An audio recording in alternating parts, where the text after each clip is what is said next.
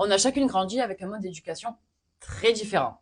Moi, avec des parents qui n'étaient pas forcément pour le système scolaire et tout ce que cela implique. L'assiduité, le mérite, la hiérarchisation, l'apprentissage tel qu'il est enseigné. Moi, de mon côté, je suis issue de deux parents qui travaillent dans l'éducation nationale et j'ai moi-même entrepris des études pour y travailler. Donc, aucun manquement de cours, on se tait et on apprend. Avec l'expérience de vie et malgré le fait que nous ayons toutes les deux un niveau d'études bien différent, nous sommes aussi bien éduquées l'une que l'autre et nous avons à peu près la même vision du système.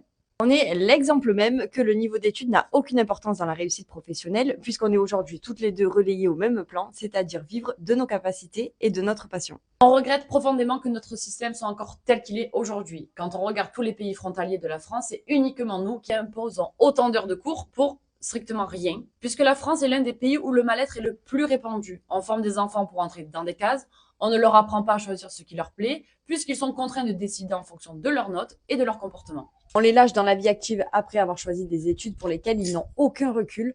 Tout le système est à l'envers et dans tous les sens du terme. On ne leur fait pas découvrir ce qu'est la vraie vie avant de leur faire choisir une direction professionnelle. On leur apprend à se fondre dans un moule avant de se connaître eux-mêmes. Ils doivent ressembler à tout le monde alors qu'ils ne savent même pas qui ils sont. La spiritualité nous a permis d'affirmer encore plus fort que ce n'est pas l'école qui dictera l'avenir de nos enfants, mais c'est nous, c'est notre responsabilité en tant que parents de les écouter et de les mener vers la voie qui les épanouira.